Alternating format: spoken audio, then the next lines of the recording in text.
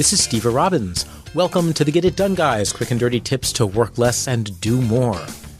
In our first episode on writing resumes, we explored bigger picture resume strategy. The need to tell the story of how they'll benefit from having you around, the need to customize your resume for each employer, and the need to delay sending in a resume as long as humanly possible. Today, we're going to plunge into the mysterious thicket of the resume organization itself. People read from start to finish. Imagine a hiring manager named Bo.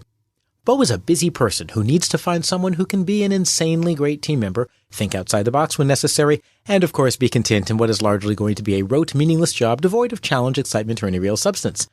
There's a stack of 50 resumes on the desk, and only 10 minutes to read them all because who actually plans their time to include enough time to handle recruiting-related tasks?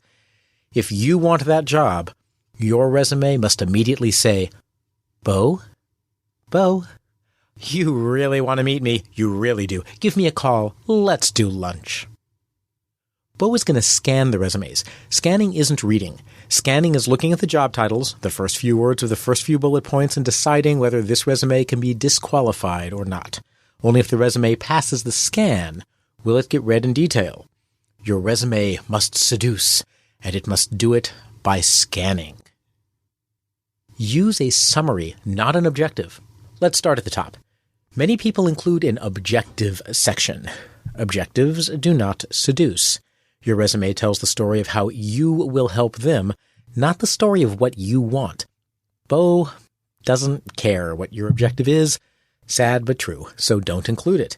If you want a powerful lead-in section to your resume, maybe because you have to fill some extra white space, include a summary section with the 3 or 4 points that you want them to remember about why their life will be so much better with you there.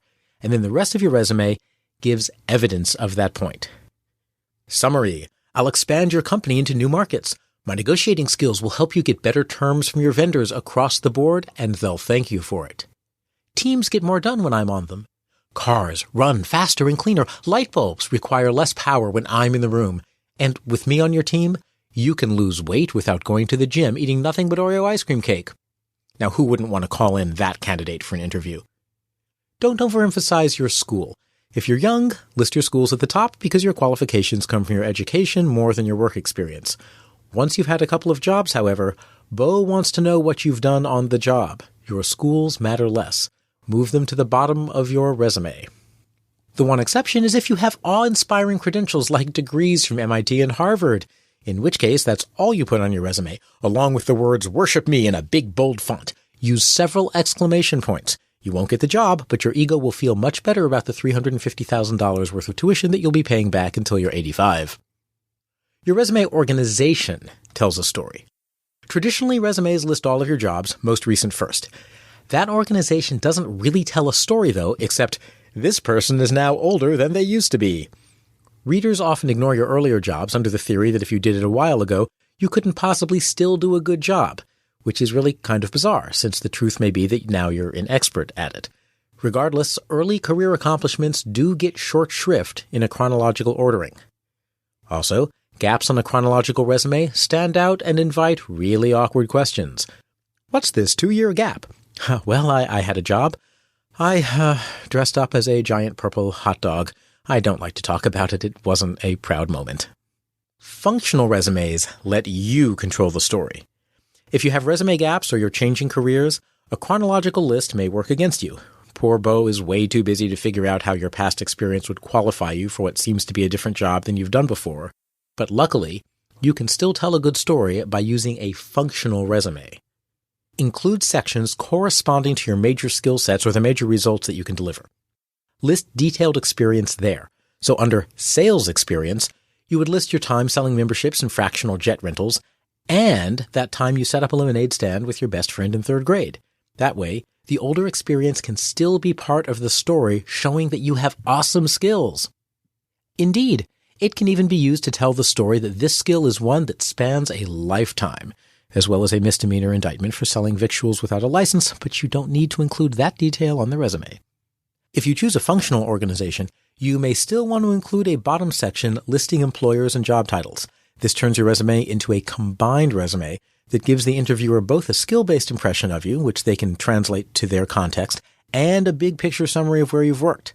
Whether you decide to do a combined resume depends on whether it supports the story you want to tell. Google the phrase functional resume for many, many examples. Verify the story. Whether you choose a chronological or functional approach, have a friend read the resume. Tell them the company you're applying for and the problems that you believe the company has, and ask them, if you were a hiring manager at this company, would you call this person in for an interview? Why or why not?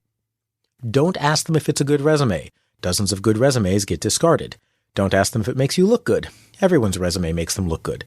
You want to know if the story your resume tells is one that will make Bo pause and think, this person just could be the answer to our problems, and put you in the bring this person in for an interview pile. Stay subscribed for part 3 of this series, where I'll discuss how to format the details of each job description. This is Steve Robbins. Follow Get It Done Guy on Twitter and Facebook. I coach high performers to help achieve extraordinary results in their careers and their business. If you want to know more, visit steverobbins.com. That's SteverRobbins.com.